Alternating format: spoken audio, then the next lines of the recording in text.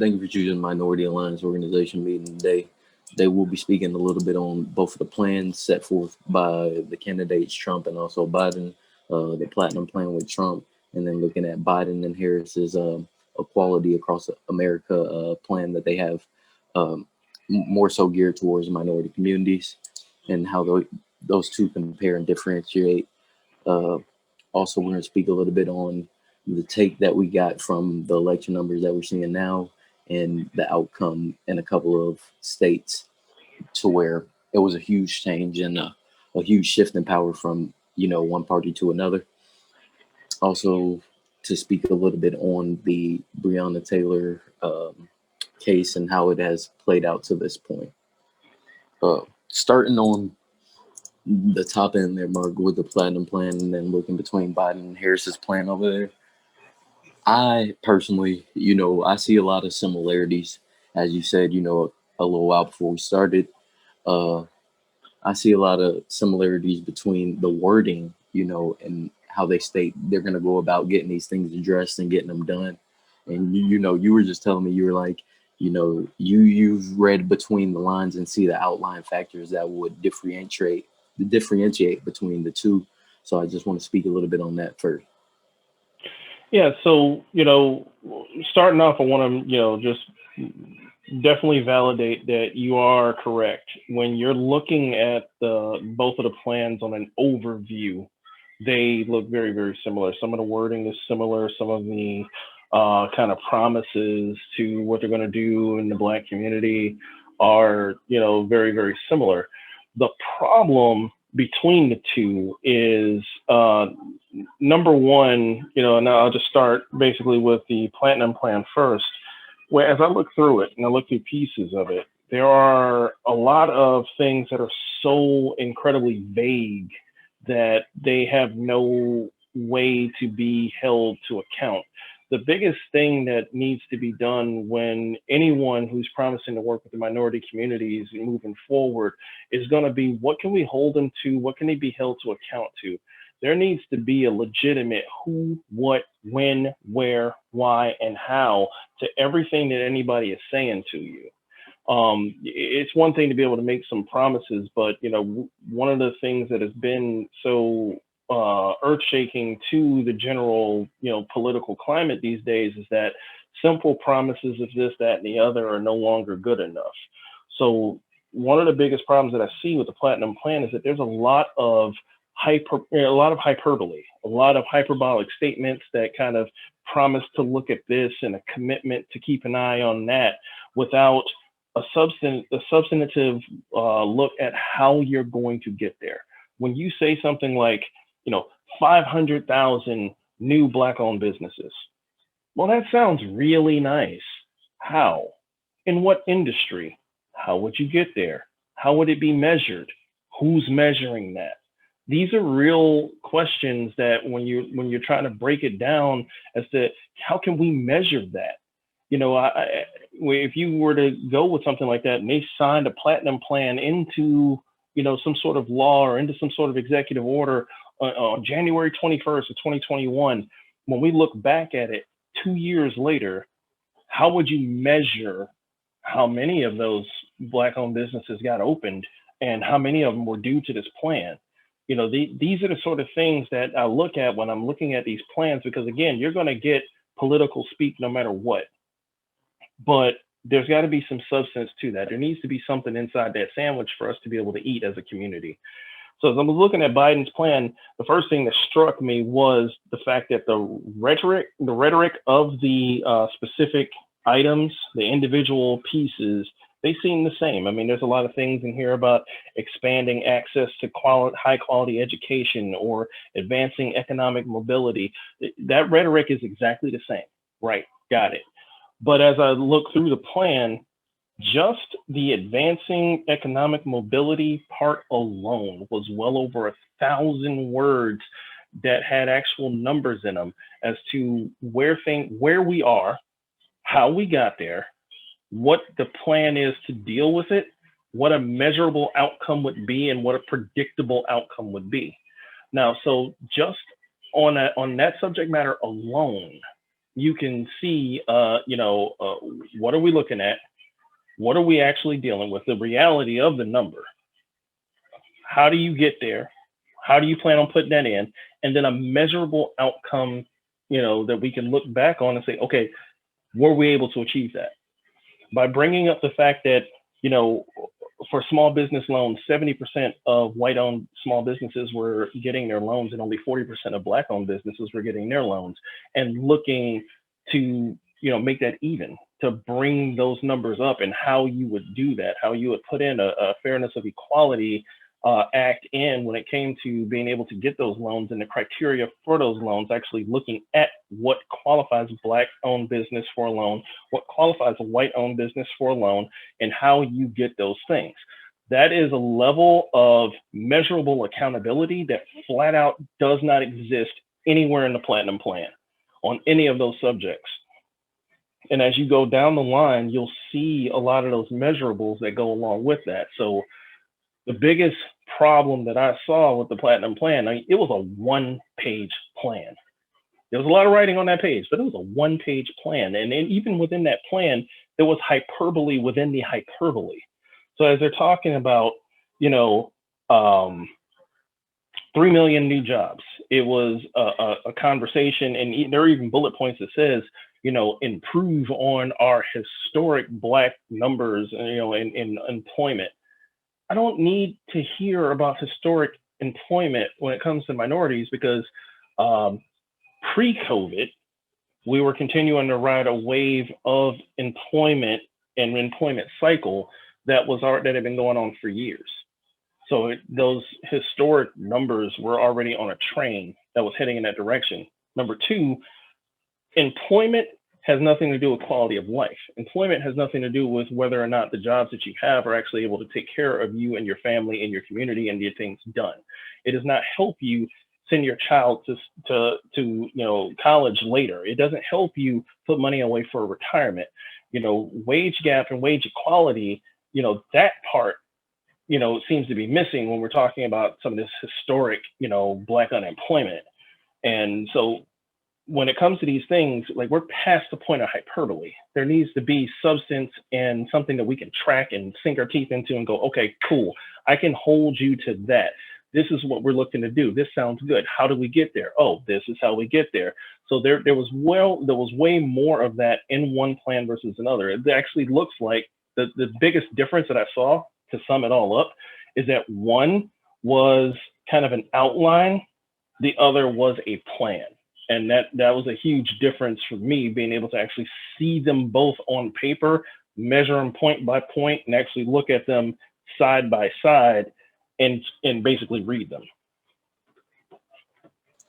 I mean, I definitely agree in that sense of the detail, and it does seem like the Biden camp went into a lot more detail to actually elaborate on each issue and break it down on, as you said, having measurables by, allocating these different things to different, councils or things of that nature to have oversight over these different areas.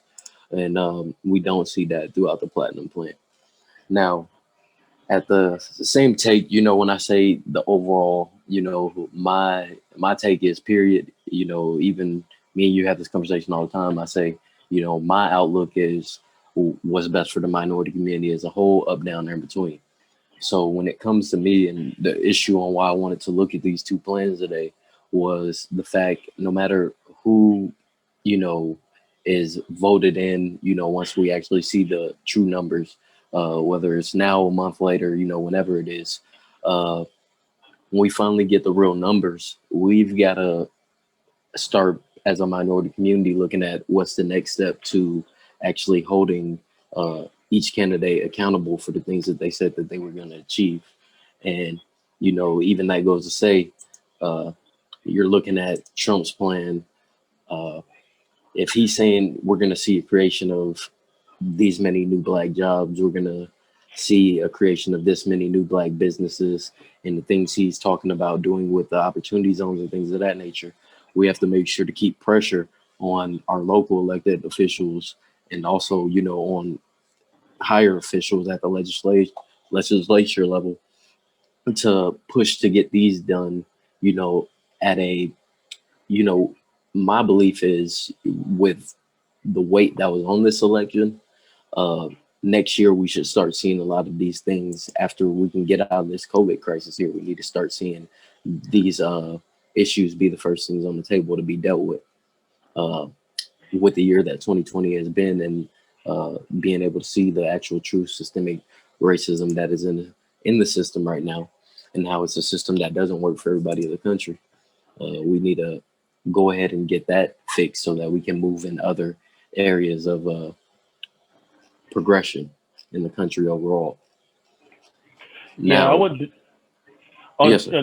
Just to piggyback off of what you're saying there, I think one of the biggest things, again, you can't address a problem if we don't even have the ability to call it out.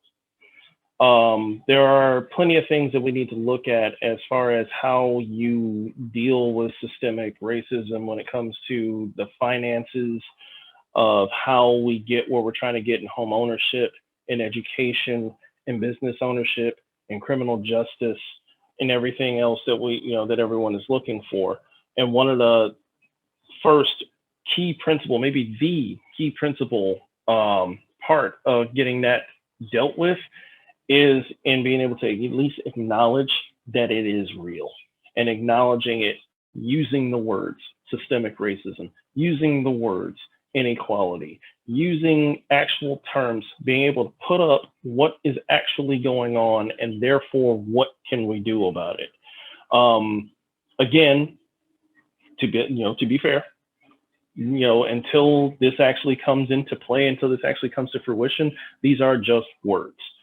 But I would suggest that if we are going to look at anyone, whether it's a Trump administration, whether it's a Biden administration, whoever it is, how do you plan to actually begin?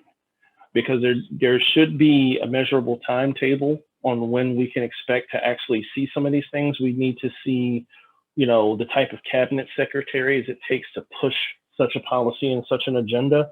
We need to see how much of that work is going to be done just from Washington, or how much of it is done ground level in the communities themselves, because that's where you're going to actually see these things. These things are not going to be done on the House floor, on the Senate floor. They're going to be done by, getting in a community, putting together real, data, putting together real tangible plans, looking at the measurables, looking at what is actually going on in these communities, what is stifling this growth, what is keeping these things down, what is promoting this generation after generation cloud of hopelessness that kind of suppresses the type of progress that is necessary, to see a neighborhood grow.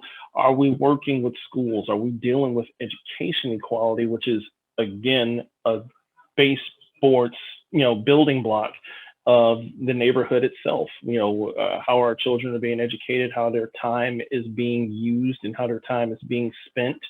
Once we get past, and once we get a handle on COVID and be able to actually have a more, uniform approach as to how can we get these things done? How can we continue to, recover some of this economic loss that we've dealt with, some of the job loss that we've dealt with?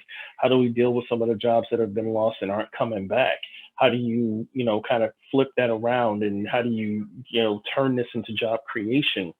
All of these things are going to be the type of measurables that not only do we need to, at least hear about fairly quickly, but there needs to be a clear kind of layout of timetables. When can we expect to see some results? Because if you tell somebody that it's coming and then it doesn't come, then it'll be hard to resist the feeling of being disenfranchised on that plan altogether. But if you can keep in touch with those communities, if you can keep in touch with the local schools, with the local churches, with community leaders, and have them have access to what's going on and what you're doing and how we're getting there, and that way there is discernible, measurable progress, to where if it's not happening as fast as we think it should happen, we know why, and we know that it is coming, that it is being worked on, things like that. So I think that not just having a plan and putting it on paper, but having a circle of accountability and being able to put that into a measurable as well is going to go a long way in whether or not we're getting more smoke blown at us or whether we have something tangible to work with. I 100% agree with everything that we've talked about before and things that you said about the way both political parties have kind of used this as pawns, whether it be in talking about our numbers and talking about our plight and things like that, and using them as buzzword statements to kind of manipulate, kind of gain our favor, gain our vote, not give back on the back end of that. The best way to stop that is to actually be a partner in the creation of these plans and in the implementation of these plans. So that's the sort of thing that I'm looking for. Yes, sir. And as you said, on that end, that's up, down, in between. We have to make sure, and that's more so, why I originated this organization during the time period that I actually founded it was because as a minority community, we have to play the biggest role in actually making sure that the policies that are getting passed are policies to promote um, progression in our communities in economic, areas. But one thing I did want to note, on the Biden plan versus the Platinum plan, and still staying on that end, was the fact, the Biden plan, and when it comes to um, criminal, justice, especially it being Biden and um Kamala Harris, who were two individuals who played a huge role in, you know, creating our current criminal justice system. Whether they did it intentionally or unintentionally, they played huge roles in on both of these. So if we're looking at a place where really both of them would be perfect at starting, and it shouldn't be too much to get done with both of their knowledges behind both of these areas, is the criminal justice system. That would be probably the best place to start on if they are, to be in office on that end. And their safety, or when you're looking at the safety and justice plan from the Platinum plan, I would like to see them actually take a lot of these points from the Platinum plan when it does come to criminal justice and actually, enact them, somehow enact them with their policy that they're looking to push, because the Platinum Plan, when it comes to criminal justice, made a lot more points on certain things that we need to get done that weren't stated in the Biden Harris plan there. Um, Even when it comes to the clemency program, which, under Trump and the First Step Act, first off, further than the clemency program, and under Trump, this was a policy that actually came into play to help people who actually have more so drug issues instead of they're actually a criminal, and to give them drug rehabilitation versus incarceration for drug issues and things of that nature. Because in this country, no matter which state we're talking about, it's all over our country. We're seeing huge issues with people and opioids and other type of drugs and things of that nature, and then them being criminally prosecuted for these things. When, to me personally, that's not a criminal issue, especially in the minority community. A lot more people are criminalized for drug issues instead of being offered true rehabilitation and things of that nature. So either way, I think whoever assumes office or continues to be in office coming the beginning of next year, when Congress and Senate actually readjourn, I believe let's start right there at the criminal justice situation, because that's been, I think the main topic over 2020 on why we've even seen the other racial injustice over the country. It all started with the criminal justice system. So why not start again with the criminal justice system? Absolutely, and this is actually going to segue, as we go into our next topic, where we're talking about and updating, kind of things with the Breonna Taylor case. But just before we do that, I would say in regards to criminal justice, yeah, absolutely. There are parts of the Platinum Plan when it comes to criminal justice that they're good. They sound great, and decriminalizing uh, drug users and kind of and kind of aiming that sort of work towards help and rehabilitation as opposed to criminalization and warehousing is the key. I mean, if you take a larger world view as to how other places have attacked this, places that criminalize drug use, they see higher levels of incarceration, they see worse levels of incarceration, and they see greater levels of repeat offenders. And in places that are a little bit more concentrating on the rehabilitation and treating it as the medical problem that they claim to be, depending on who it is that actually has the problem. That's another story for another day. Um, there seems to be more of a that crime rate drops in those cases. You see immediate drops in those cases. You see much lower level of repeat offenders. You see a much lower level of reincarceration, and again, at the end of the day, you can't beat math. And the math of the situation is that if you are able to kind of, if a person falls into a situation and they're able to be helped from that situation, they're a lot less likely to turn to those vices and a lot less likely to commit the type of crimes that make a neighborhood unsafe and that bring down, the overall value of a neighborhood, the hope of a neighborhood, the way a neighborhood works, the ability for people to, participate in their neighborhood, for children to be in that neighborhood, for schools to operate properly in that neighborhood. Very often, this is where it begins. And, coming from a situation where a drug like crack cocaine being introduced into the black community just to to kind of get quick cash to start a war without Congress without congressional approval, which is something that is absolutely a provable fact at this point. We already know this. You know, we need to go back and we need to head this off and cut off the head of that snake that has been biting this community for so long. So I would love to see those things kind of attacked first. Yes, sir. And even more so, like going into how we were talking about the election numbers and things of that nature and how they turned out this year. When you look at all over the country, how many minority men specifically that are felons or are incarcerated still and didn't have the opportunity to vote this year, we may be looking at a total different election if those issues were solved currently. But even at that, that shows why we're still looking at such a close margin, uh, up or down between the election this time, and we would actually see a lot of turnaround and progression in these areas, especially having uh, it being that black men specifically are the highest incarcerated group of people all over America. So, you know, as I said, with the election and digging into the numbers, you still, me and you were talking a little bit about it before, and I noted it and we're speaking on it, but how there's still a ton of red coverage, looking all over the map there.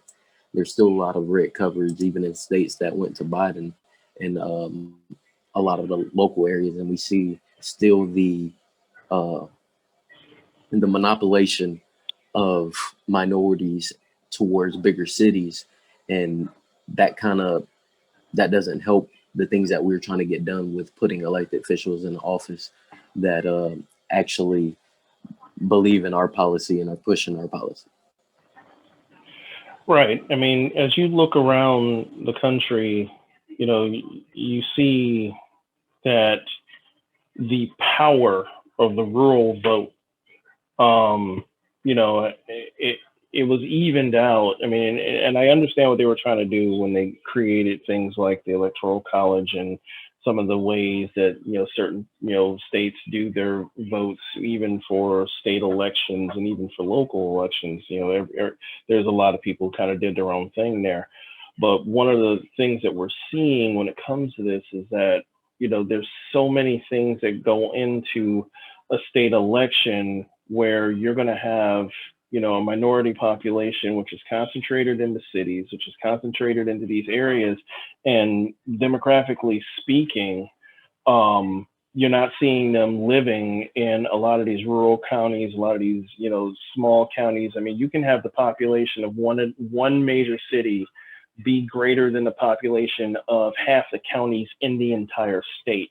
However, as those counties begin to come in, they carry a cumulative power that can overtake, all the people, all the minorities who are living in a particular city who are maybe, voting in a specific way. And that's how you see so many times where someone who actually has a progressive message that's, not necessarily the current political definition of progressive, but progressive in the manner of, there's actual movement in trying to get, things done for the minority community. You can see a lot of that drowned out by kind of this tsunami of rural votes that kind of come in.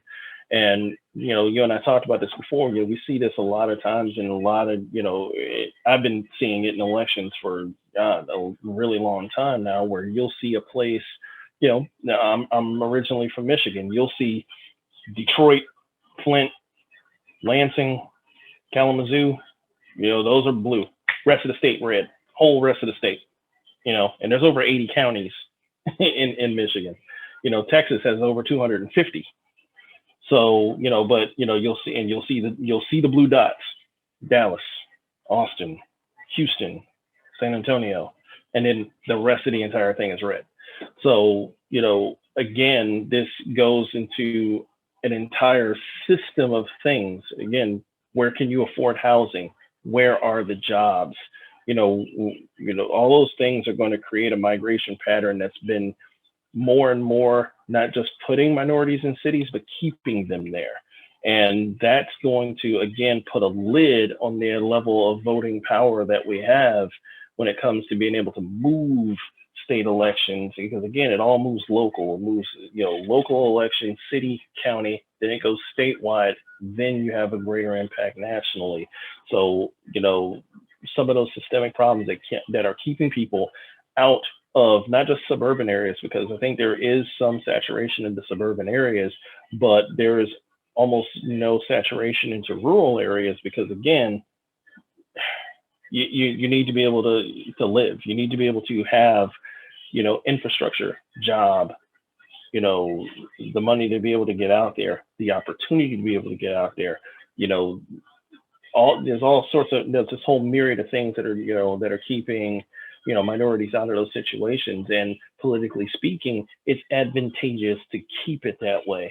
So that's another thing, recognizing that as we move forward, that's the sort of thing that also can be addressed as people, start to span out, move out, maybe incentivizing businesses to take some of their, business out there, to take some of those headquarters and warehouses and manufacturing centers out into those areas that will create commerce and create jobs and create the ability to kind of move people in that direction, and be able to offer those sort of things that will bring minorities and give them an opportunity and give them a chance to get out into those areas, and you'll see that political power raise. Yes, sir. And I talk to you all the time about my ideology with how I feel the minority community needs to do with ourselves, and my push for us. My challenge for minority communities more so than anything over the next 4 to 8 years would be, because when we're looking at both of these plans, they're talking about creating you know enormous employment numbers by minorities and creating all these new minority businesses. Well, when I see a lot of these red areas, I mean, to be honest, the way I view it is that's a lot of opportunity zones.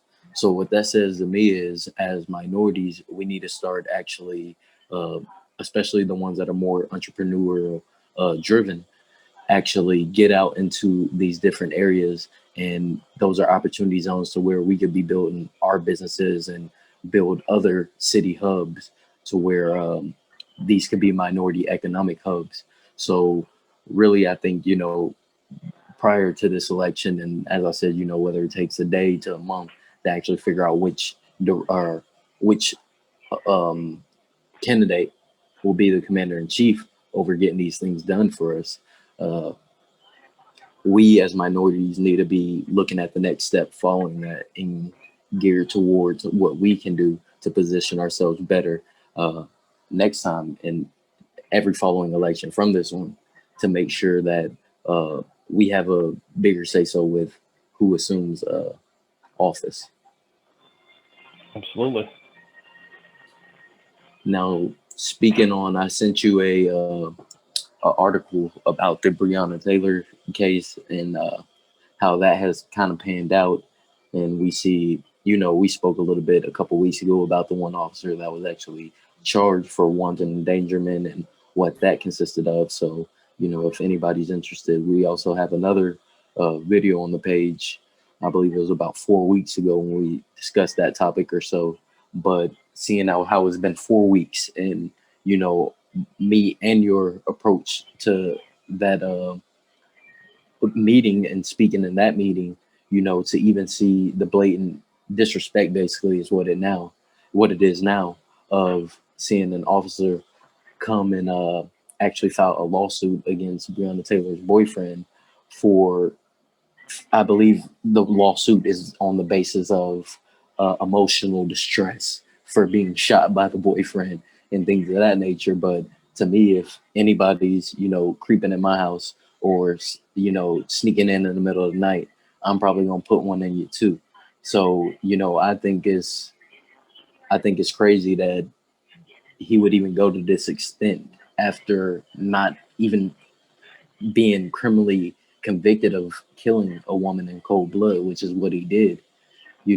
He's still been criminally released and then goes on to sue somebody who's actually the victim in this case here.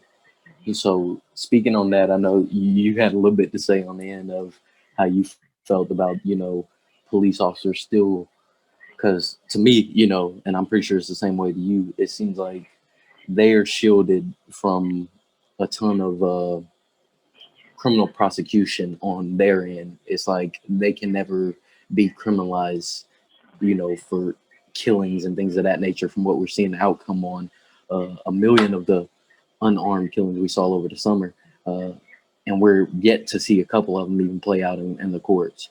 But we're seeing a lot of officers still be smacked on the wrist for things where the typical person, would be facing life in a lot of these circumstances. So, I just wanted to hear you take a little bit on that end and kind of the article and things we've read up on this week. Yeah, so before I jump in directly on the article, I want to take a step back for a second and just look at the overall view of how something that is equal parts ignorant and arrogant can both go on at the same time in a society where we are supposed to have the type of uh, law and order application that gets touted so frivolously by these people. I think back to the general manager of the Toronto Raptors, Masai Ujiri, when the Raptors won the championship at Gold. They beat Golden State, and they were actually in Oakland, California.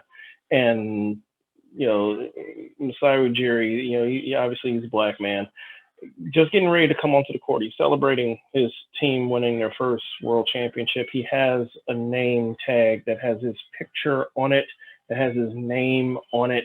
He's a recognizable figure. And that man was not only shoved, basically assaulted on camera, not just the body cam of the officer, but on television.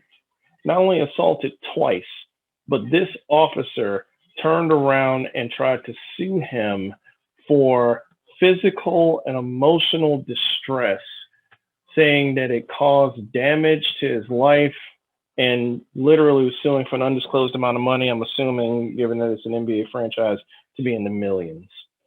Now, you take that and you couple that with a situation like this, where You come in on a no-knock warrant on a house you have no business going to, on a warrant that you got on frivolous information for a person that turns out you already had in custody and you know full well doesn't live there. You came in on a no-knock warrant and you have exactly one witness that claims to have heard you announce yourself just before you burst in the door. You burst into someone's door in the middle of the night in a society where we are trained that you are on your own to defend your home when somebody comes in a state that has a stand your ground law. This man fired a shot into the darkness on some people who kicked in his door in the middle of the night. They returned fire. They killed Breonna Taylor, who had done nothing to no one, who was not the subject of an investigation, who was not a criminal with some sort of warrant, who was not a danger or a threat to anyone. You precipitated a situation, escalated the situation. You got hit by one bullet. Breonna Taylor isn't here anymore. And you are now going to sue for the emotional distress in that was placed upon you when the victim attempted to defend himself and unsuccessfully did so in his own home or a situation that you precipitated. Like there are not proper words in the English language to kind of lay out how inherently, systematically, just racially ignorant you need to be to even have that come into your mind frame, to self-victimize like that. The type of self-victimization that we see from people. And again, I'm not denigrating police officers. Let me be clear about that right off the jump. It is a hard job. It is a great thing when somebody decides that they want to take up the mantle of trying to help their community and fight crime in the community, things like that. But let's also be clear about a couple of things. There are people who are also very well addicted to the type of power and low-level celebrity that it comes from being a cop. There's stuff that comes free from being a cop. There's, again, like I said before, what's the greatest crime you can commit in this country? Disrespecting a cop, talking back to a cop. It gives a lot of free range to a lot of different things, and a lot of people have abused that privilege. A lot of people have abused that ability. A lot of officers who are the quote unquote good ones, who are not with the bad apples, but they've done absolutely nothing to weed the bad apples out of their ranks. And then you have a system where you have qualified immunity. So you are given the basic premise and understanding that you will not be held to account for the things that you do. There's actually an old cop saying that it was better to be judged by 12 than carried by 6. So that means that it doesn't matter what the reality is. If you feel that you may be in danger, you feel that this situation may escalate, you have the ability to dominate with all prejudice and put down the threat into your satisfaction, not to the satisfaction of a reasonable person, not to one of an outside authority or an outside voice or an outside set of eyes who may see things a little bit differently because they're a little bit more neutral. No, you are to dominate it to your satisfaction. And then if someone dares to fight back, if someone dares to stand up for themselves, even if they don't know who they're standing up to, that gives you carte blanche to, number one, kill them.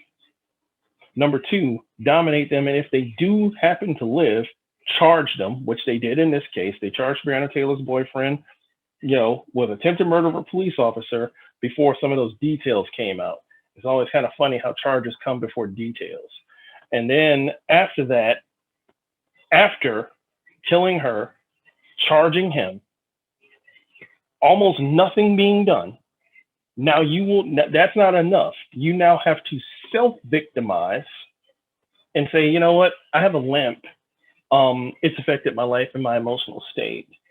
And I need, compensation from a person who lost his loved one and who was nearly railroaded on a charge of attempted murder of a police officer. Again, when it comes to the type of confidence in your community that a police officer requires, because again, There are great cops out there. There are people out there trying to do their job, and they require a certain level of credibility and confidence within the community to be able to do that job. How do you hunt down someone in your neighborhood who's a predator if no one will speak to the police? How do you stop, drug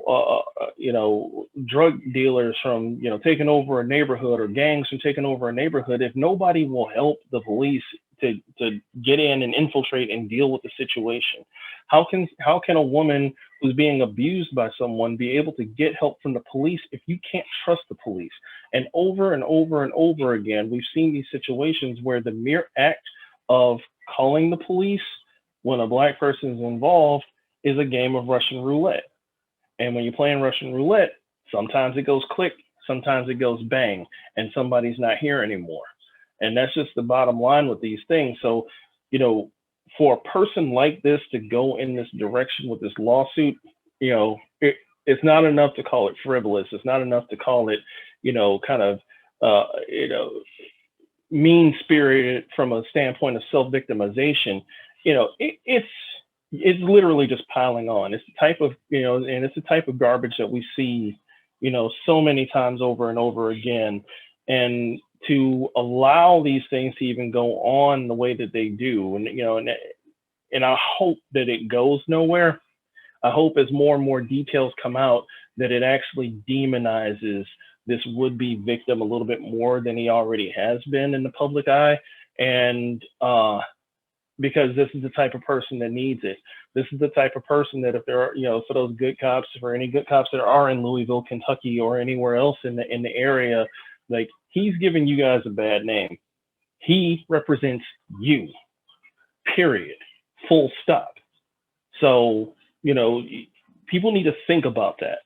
Like, our public trust, we're seeing what happens with our public trust when it comes to our politicians, and our public trust when it comes to the police, especially in minority community, is almost zero. There has to be some partnership in getting some of that back. And you're not going to get it with guys like this running around. You're not going to get it with frivolous lawsuits like this running around. You're not going to get it with, qualified immunity. You're not going to get it with police unions that are more powerful than the mayor of a city. A duly elected mayor is not more powerful than a police union. That doesn't make sense. When we talk about dealing with this on a systematic level, we need to understand how deep the system is and understand how all encompassing it is. And, being able to dismantle this piece by piece and call it out for what it is and say what's going on up front and tell it like it is, basically. We're not going to stand a chance on being able to stop these situations from happening in the future unless we can do that in partnership with people that are local, people in state, and then people on the federal level, being able to dismantle at least some of the power of these unions. I don't need a police union disbanded. I don't need police defunded. I don't need any of that stuff. But what we need is a generalized understanding and accountability that you represent the community that you patrol, and that you are a part of the community that you patrol. And making you move there, which was another part of the whole little Breonna Taylor's family settlement thing, was this promise that we would incentivize officers moving to a low-income neighborhood. Let me know when that happens, and let me know when that makes a difference. Bottom line is, there has to be some incentive to these guys being a part of the community and not trying to dominate it, and not trying to just, step on a situation and make it go away and handle it and things like that. We need to be able to have an accountability when somebody oversteps the line. We're asking a lot, and we're giving a tremendous amount of responsibility. And with great power does come great responsibility, and they've shucked that responsibility in many, many cases. And it's time to get some of that back. Yes, sir. And I mean, that goes into a little bit what I was telling you before we started about how there was a change in, actually this year in Georgia, we saw for the first time, I believe, in about three districts, three black sheriffs for the first time. And, that's amazing, especially in the state of Georgia, which is traditionally, very Republican and very conservative type of state. But even so, that goes with a little bit what you were saying before. At the same time, you have to have officers that can, we expect officers to tell on other officers, basically. But to get that to happen, we have to realize you have to have people that they can confide in and tell them these things, and they won't be at fear of losing their job or being transferred because all of a sudden they're a problem to the agency, whichever agency they're a part of. Uh, Now, that's a huge issue in the sense of that we don't get to see behind, closed doors with law enforcement and things that are going on.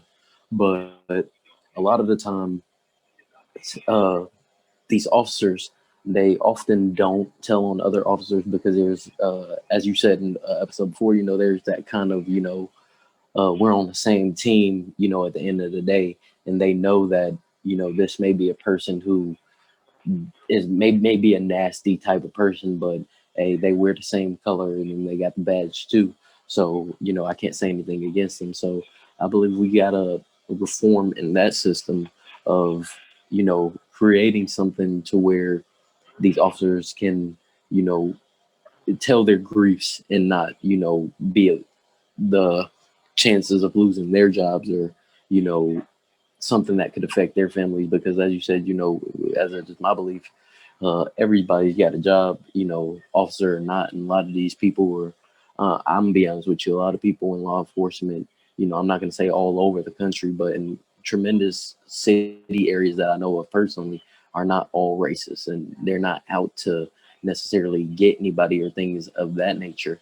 But when you do have one bad apple who does something, as you see in the Breonna Taylor case in Kentucky, it's got us really looking at the whole Kentucky system. Even the DA, who is sadly enough a minority, but the whole system that they're running in Kentucky right now is that's not a pro minority system, or that's not anywhere as a minority I would feel comfortable, being or anything of that nature.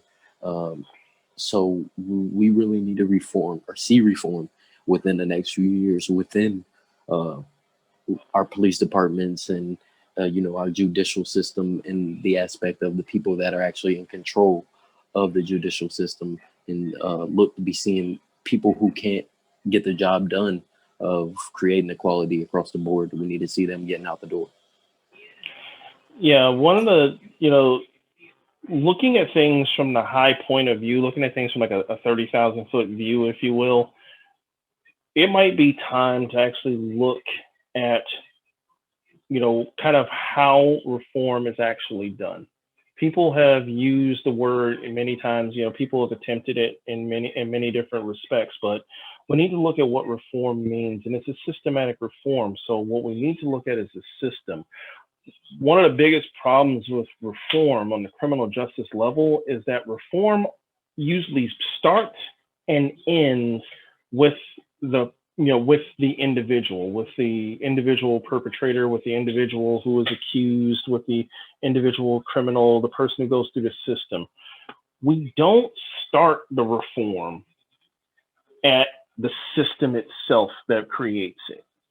We don't start the reform at officer. We don't start with how do we, number one, train better, treat better, and be able to protect better for their end. Do we weed out, people who potentially have the type of psychological makeup that would make them dangerous when you hand them a badge, a gun, and unlimited power? There are actual predictive indexes that we can actually go through to see some of that stuff. Do we give them an avenue, as you said, to be able to talk to someone, to be able to not to be able to have the freedom of fear that the community needs to also have? It's not just about the community needing to have freedom of fear from the officer. The officer needs to have freedom of fear from being able to do their job right. Being able to, and again, that's also looked at as officer to offender, not officer to officer, not officer to system. So that needs to be looked at as well. Can you be able to talk to somebody when you come across bad apple, or do you end up becoming one of those with them because you're standing with them, and it ends up not just being a bad apple, but a bad barrel? Because in the Breonna Taylor case, that's what we had. We had a bad barrel. None of that should have happened the way that it did, right? But it did. And I'm not saying that every single police officer involved in that case was a bad person or a racist person or murderer or whatever the case may be, but I do know this. There were some exits off that freeway between where this started and where it ended, and none of them took it.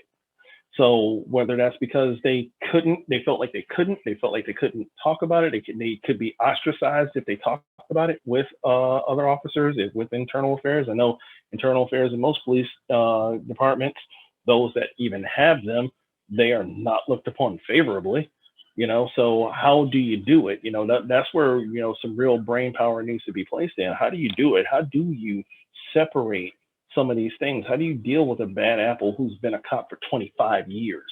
How do you deal with some of those things? How do you deal with the relationship between police and prosecutor, and how we're going to handle a situation, how we're going to deal with it, mitigation versus punishment? Do we go into how do we mitigate crimes in the area, or is everything just going to remain punitive because that's where we are right now? And so I think if we look at it as kind of like the epidemic that it is, and we actually looked at it and approached it from a human health and safety standpoint, looking at it from the officer's point of view as well, and dealing with it from a health and safety standpoint for them as we deal with it for a health and safety standpoint for the citizen, I think we'll probably have greater success than we may have ever had before, because it's an actual human approach to a problem as opposed to well, what's the problem and how does it go away? Yes, sir.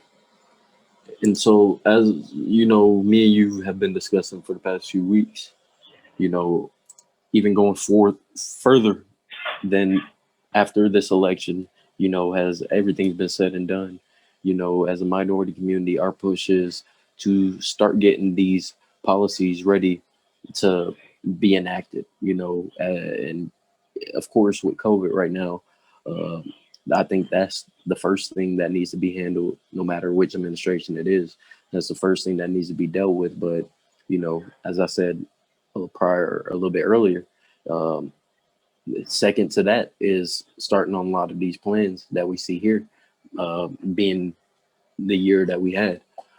So, as I said, I hope everybody made, that everybody had the opportunity to vote and make sure that their voice was heard, and, that their voice was counted. And yet we have yet to see, what the true way this should play out at the presidential level. But, we kind of have an idea when it does come to the Senate and the House. And, no matter who's in the House or who's in the Senate, whoever your elected official is from your area or things of that nature, we got to make sure we keep pressure on them, period, to start seeing these policies actually go into place. Absolutely. And what I would say, as we move, through the end of this particular chapter, because this by no means is the end to any situation. It's just close to this chapter. We need to really think about it from a standpoint in the minority community as to what our actual places now, for the immediate future, and for the long term. What is being placed out there before us as far as plans are concerned? Like I said, they sound good no matter who it is that gets in. There's some things that sound good. There's some things that sound pretty vague. We need to understand, and I think we showed it with some of this, voter turnout. It was, this is one of, if not the highest voter turnouts that has been seen. Certainly from the standpoint of early voting, of course, that had something to do with COVID, but also it had something to do with enthusiasm of making sure that no matter what happened with the post office, no matter what happened with, the closing of polling places, the closing of ballot drop boxes and things like that, that our voice was going to be heard. And I appreciate that, and everybody that did go out there and vote, and everybody that did do those things, I appreciate it, and I thank you for it, because it was, it's the way we get things done. More powerful than any march, more powerful than any Facebook or Instagram post, more powerful than any meme is going to be a little slip of paper with your vote on it. because that's where your actual voice is going. And now that those have been cast, now, we're, at any time now we're going to hear about, who's been elected to kind of push things forward. We now have a period of accountability, to be able to hold them accountable for what they're promising to give us, and an accountability to ourselves to actually do better with some of this, to take some of this focus and some of this anguish and some of this rage that has been going on and turn it into actual action, to be able to help one another out and get where we're trying to get, to be able to support those who have gone into business and are trying to uplift their communities and maybe struggling during these times, to be able to, become a little bit more closer and a little bit more in tuned and involved with what's going on around us. I said it last week, there is no longer a question of, am I my brother's keeper? You absolutely are, because we don't go anywhere unless we go somewhere together. Everyone needs to understand where their place is on that. And as you take care of things in those 4 zones that I always talk about, yourself, your family, your community, and in your country, you've got to start somewhere. And, how we turn things from rhetoric into action is learning more about yourself, learning more about one another, lend your time, lend your talents, listen when it's time to listen, speak when it's time to speak. Make these things mean something, and don't waste this opportunity. A lot of people fought, a lot of people died to get us even this far, and we have a clear shot at being able to go forward and farther than we ever have. So do not waste this time, do not waste this opportunity, do not waste your effort, and focus in on what needs to be done. And we're going to start to see some great things, and we're going to know how to hold people more and more accountable. We're going to cut through the noise of social media, and we're going to be able to get real change and real things done, not just for our community, but branching out for all communities after that. This is all on us at this point now. Everybody's cast their vote, everybody's made their voice heard, and even those who did not speak up, you made your voice heard that way. But now is the time to be able to turn that into action. And moving forward, again, as I close these up all the time and say, take care of yourself, take care of each other, and continue to make a positive change for our community.